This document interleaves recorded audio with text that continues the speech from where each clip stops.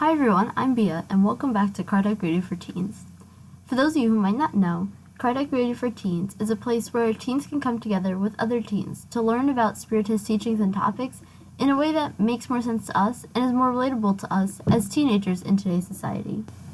We've spent over 2 years now reading the Spirit's book together, going through it page by page, question by question, word by word, to try and get a good basis of Spiritism so that we can further our education afterwards. And the Spirit's book isn't a book that you're going to read one time and you're going to understand. It's not a book that you're going to read 10 times and you're going to understand. The more you read it, the more you're going to understand. You're always going to find something new within this book that you didn't think of before, or you didn't know how to process, you didn't really understand, but eventually it will click. So reading the Spirit's book together for the first time is an important step to start that basic knowledge. So now we have a basic knowledge to grow off of. And we finally got to the last chapter of the book where we're talking about future joys and sorrows. So kind of like what the future holds for us. So let's pick up right where we left off at question 978. Does the memory of the faults the soul committed when imperfect disturb its happiness even after it reaches purity? So it's saying, so there's an imperfect spirit, and they make a lot of mistakes. There's a lot of faults that they commit. And so it says, is this like stuck in their memory even when they're pure? So even when they get to that point of being a pure spirit, are they still kind of like haunted by those bad things they did? And the spirits answered, no, because it has redeemed its faults and successfully passed through the trials it has endured for that purpose. So what they're saying here is, no, you're not going to be traumatized by that past memory for so long, because what you've done to become perfect is to overcome that, to fix those mistakes that you've made.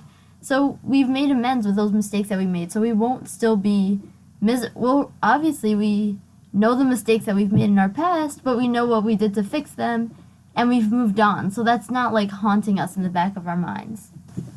Question 979. Do the trials a soul must experience in the future to complete its purification cause a painful apprehension that hampers its current happiness?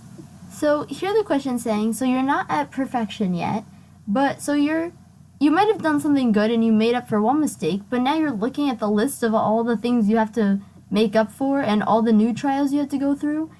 And isn't that, basically, aren't you going to be like a little sad from that instead of happy? You're going to look at all those things and be like, oh no, all these tests, all these trials that I have to go through. And the spirits answered, yes, for a soul that is still tainted by imperfection. It can only enjoy perfect happiness when it becomes quite pure. For souls that have reached a certain degree of progress, the thought of the trials they have to experience causes no pain whatsoever. So once we go evolving more, we look at these trials more as like when I overcome this trial, that's just one more step in me becoming better, one more step in me becoming pure and perfect and having that happiness. So when you get more advanced, let's say, more evolved, then you can think about these things. But a lot of times for us, you get through one really hard test and you're like, phew, and then when you see the other test, you're like, oh no, I can't do it. So for more imperfect spirits, it does make them sad when you see and you're like, oh man, I just made up for this one mistake and now there's all these other things. But for the pure spirit, or spirits who are more evolved and they're closer to being perfect, for them it's like, oh okay, this is easy, I'm just gonna get through this. Or I'm gonna work hard to go through this trial now and that'll be fine. And then Allan Kardec put his own comment in, and he says, when the soul arrives at a certain degree of purification, it attains a taste of happiness. A feeling of sweet satisfaction overwhelms it, and is happy in all that it sees and all that surrounds it. As the veil shrouding the mysteries of creation is partially raised, the soul begins to perceive divine perfection and its entire splendor. So it's saying, so you don't have to be at that level of perfection to see more and experience this happiness, this like they said, this happiness they can't even describe to us. But when it's spirits like us who are more imperfect, we're not at that level yet. So we look around and we might get a little sad about all the trials that we have to overcome and all the things we still have to do. But it's important to remember that we're all going to reach that level of perfection, and it's up to us how fast we get there. So we have to push ourselves to always keep doing the best so that we can push ourselves forward and get to that state of perfection faster. Question 980. Is the sympathetic link that unites spirits of the same order a source of happiness for them?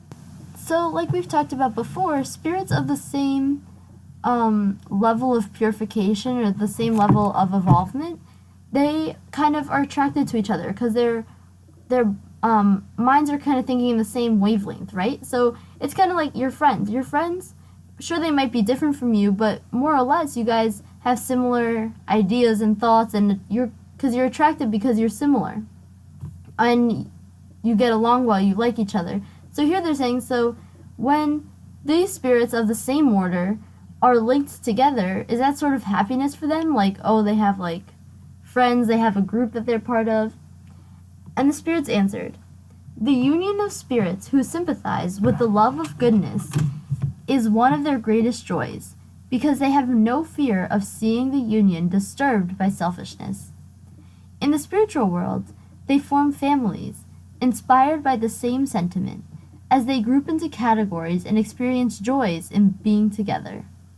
This union constitutes the happiness of those worlds.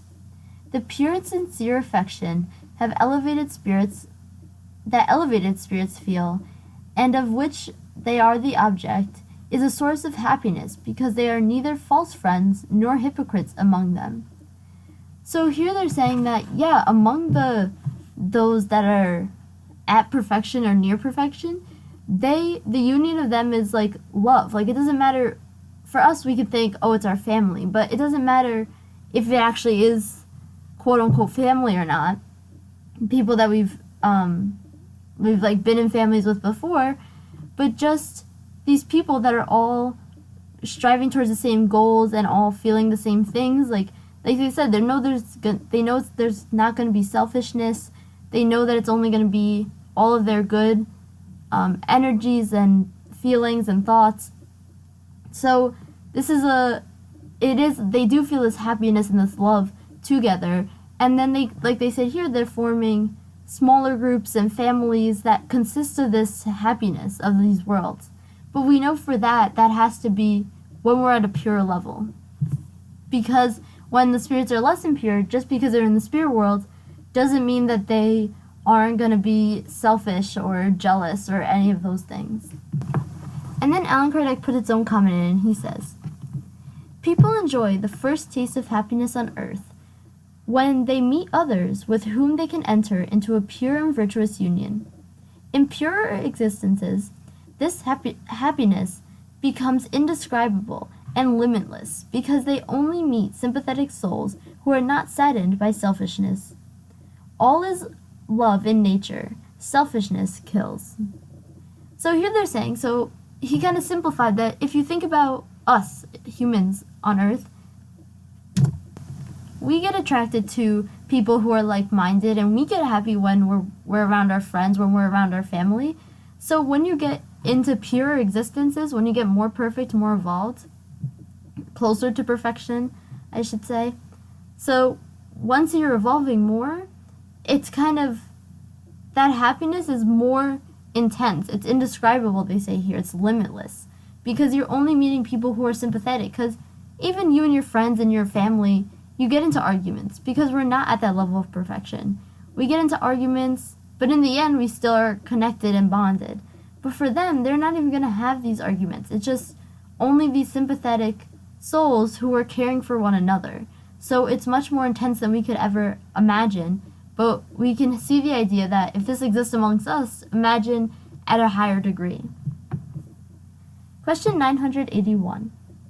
Is there any difference in future conditions between souls who were afraid of death during life and souls who were indifferent to it, or even looked forward to it with relief? So here they're saying, so okay, in this corporeal world that we're living in right now, in this corporeal body, some people are really scared of death. They don't want to die. Some people are indifferent. They kind of just don't think anything about it. Or they like don't really care. They understand it's going to happen and that's it. Or some even look forward to it. Some people even look forward to death. So they're saying, so what's like the difference in these feelings that we have towards death?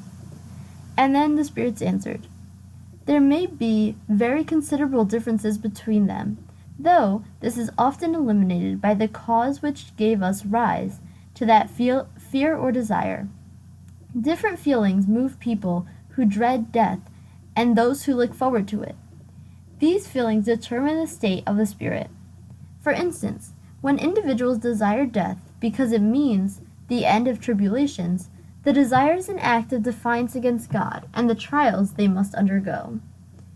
So here they're saying there is considerable difference around people who are afraid of dying versus people who are indifferent versus people who favor death, who are looking forward to it.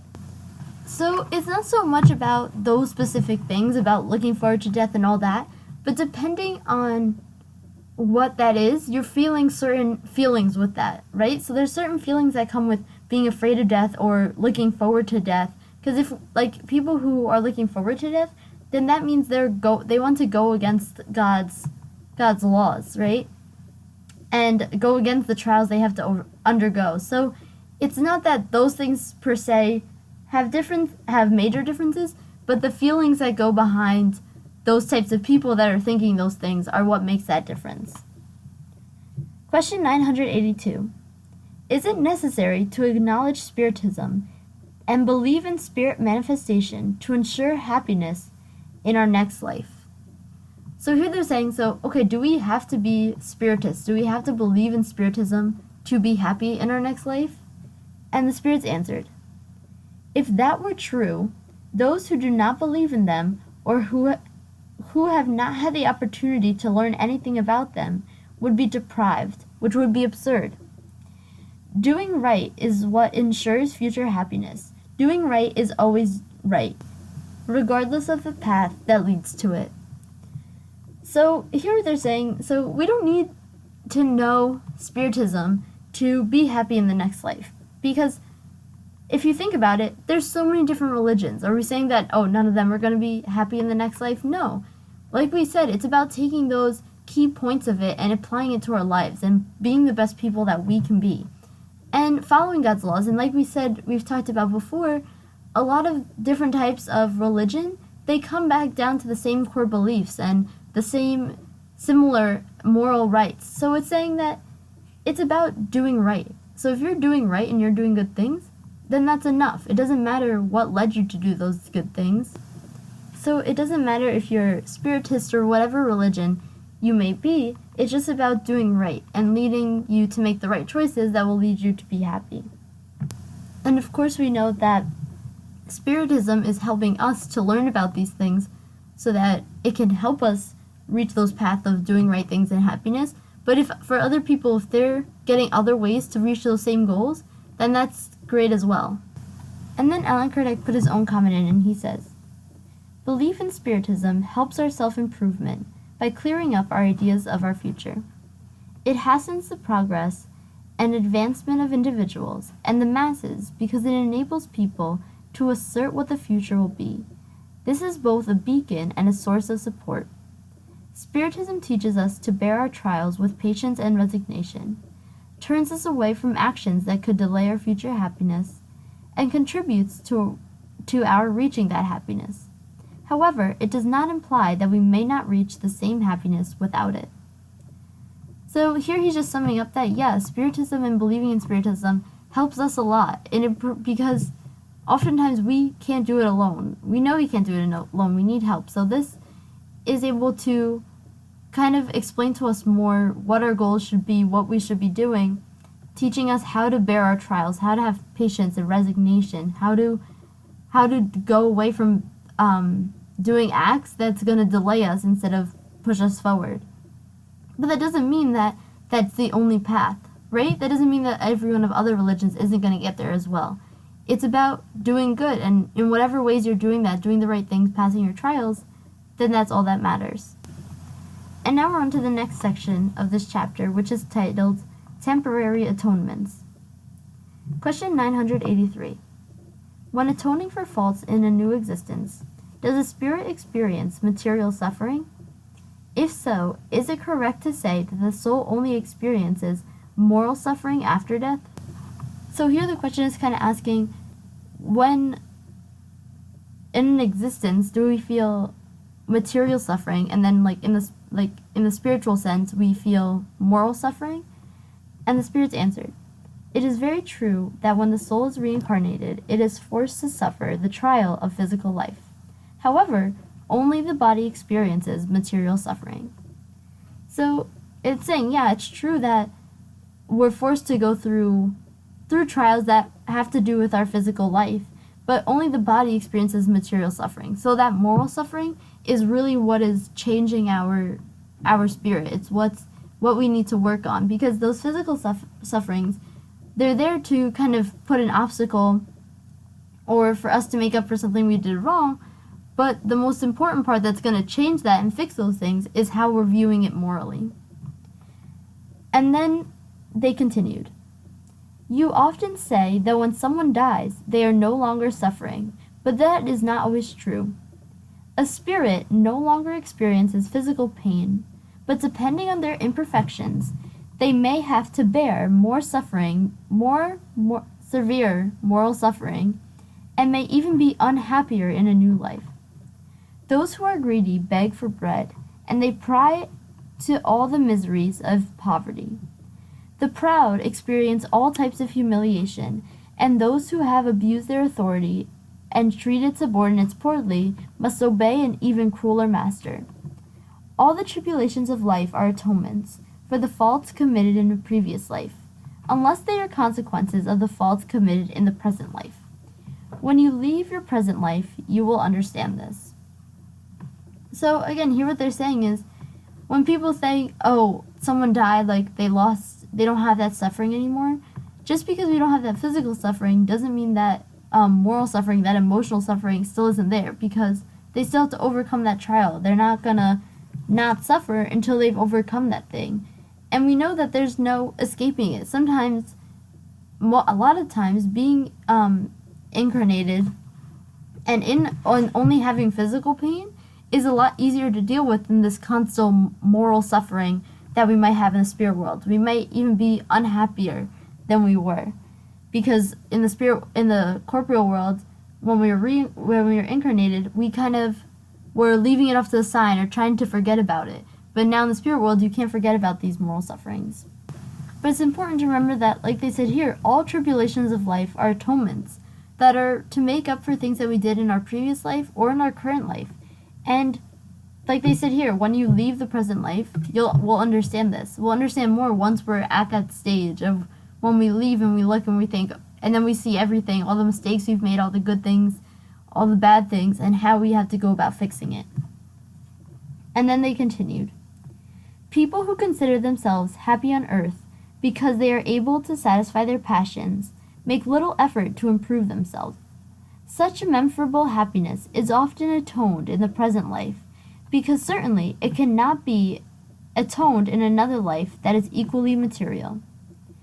So some people, they think that they're happy on earth, and they are incarnated, and they don't want to do anything about it. Okay, they're happy, we're living a good life, and that's it. And they don't do anything with that happiness. They don't do anything good. They might not do anything bad, but they're still not doing anything good. So eventually, they're going to have to atone for this. And obviously, it would be easier to do that in another life than one that's equally material, right? So if we go back into the same conditions, it's going to be easy to be like, oh yeah, I'm just happy, I'm not going to do anything good. But if we're put into a different type of situation, then we'll have to go through other things, and we'll have to try and be happy through other things, or even in the spirit world, go through that moral suffering and moral learning of that. Question 984. Are all major adversities in our current earthly lives always an atonement for current faults committed by us? So they're saying, so are all these major things that we go through atonements for current faults that we are committing? And the spirits answered, "No, we have already told you that the trials imposed by God, or chosen by you in the spirit state before you reincarnate to atone for the faults committed by you in a previous life.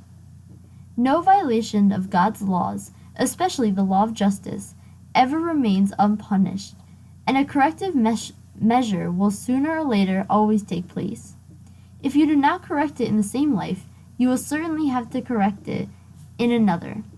This is why individuals whom you view as far-minded are often tormented by the faults of their past." So, here what they're saying is that we're gonna, like we've talked about, we're gonna have to go through all of these atonements. Like, nothing that we do wrong is gonna go unpunished, is gonna go unseen. We can't try and slide that one under the table and get away with it. There's no getting away with it. We're going to have to atone for everything we did. But before we reincarnated, we sat there and we're like, okay, I want to try and conquer these things. And we had a list of things that we want to try and conquer. So those are the ones that we're going to face difficulties for, and we're going to be pushed to overcome those things. So we're going to be pushed to overcome these things. And of course, things might happen in your current life. So you might do something wrong, and then you might be like, oh, okay, and try and fix it in that same life. But if not, that's just going to add to the list of future lives. And of the list that you had for this life, if you don't finish that, we're just going to add it. We're going to have to keep adding it to the next life and the next list. But of course, we want to get through this. We want to get through this fast and efficiently, because we don't want to be stuck in that same state forever, right? We want to reach that level of purification, of perfection, and we want that happiness that they feel. So we don't want to keep staying stuck down here and not overcoming our trials. Question 985. When a spirit reincarnates in a more advanced world, is this a reward? So, as we know, there are worlds that are more advanced, especially Earth is not as advanced as we'd hope it to be. So then it's saying, so okay, we're on Earth. What about if we reincarnate to Jupiter? That's a more advanced world. So is that a reward? Is that like a treat? And or is it hard? And the spirits answered, "It is a consequence of its purification. As spirits become purified, they reincarnate in progressively higher worlds, until, having rid themselves of all materiality, washed away all impurities, and entered the eternal happiness of fully purified spirits in God's heart." So, yeah, we're going to keep moving up, basically, just like school. Once you pass kindergarten, you're going to move to elementary school, and once you pass elementary school, you'll move to middle school, then high school, then college, and then multiple steps of college. So it's just like that. They're going to keep, once you pass one of them, once you've overcome that, you've become purified for that certain area, for that certain level of that world, then you'll move on to the next. And then you have to go through more trials that kind of, and those people will all be in that same general wavelengths and general levels, and then once you overcome those, you'll continue. And we're going to keep moving and moving and moving until we've gotten rid of all the impurities and we're perfectly purified in God's heart. And then this Allan Kardec put his own comment in, and he says, "In worlds where the conditions of existences are less material than ours, the want of their inhabitants are less cruel, and their physical suffering is less acute. The people of those worlds no longer possess the vile passion that makes each one of them enemies in lower worlds. Having no motives for hatred or jealousy, they live in peace because they practice the law of justice, love, and charity, and experience none of the worries and anxieties incited by envy, pride, selfishness that torments us on earth." So another important part is the thing about less material. So as we know, on Earth, on worlds that are less evolved, such as Earth, we're very materialistic. So our bodies are very dense. We have a lot of material, and it's material in this world, right? So as we go evolving into other worlds that are more pure, there's less material. And like they say, like if we're thinking about it, like our bodies that we have, these material, physical bodies that we have, they're less dense and they're not as heavy and so material focused. And in more advanced worlds, then there is no envy and pride and selfishness, and they're all in that state of justice and love and charity already, but they still have things to overcome, they still have things to go through and learn, but they're getting to a better state, so then they're all inhabiting it together. So then it's less cruel and less physical suffering. So that's where we'll leave off today, but before we leave off, I'd like to read our message from the Daily Book of Positive Quotations by Linda Picone for today's date, November 20th. We must have strong minds, ready to accept facts as they are. Reality is rough. The world isn't as we'd like it to be. Times are hard, and we really rather not think about things. Thank you very much. To avoid facing reality, we sugarcoat the facts for ourselves and others, but reality has a way of catching up to us. Ultimately, reality is a lot easier to face when we recognize it and deal with it right away. I can deal with reality even when I don't like it. So with that said, I hope you guys have a great Thanksgiving and a great break and holiday season.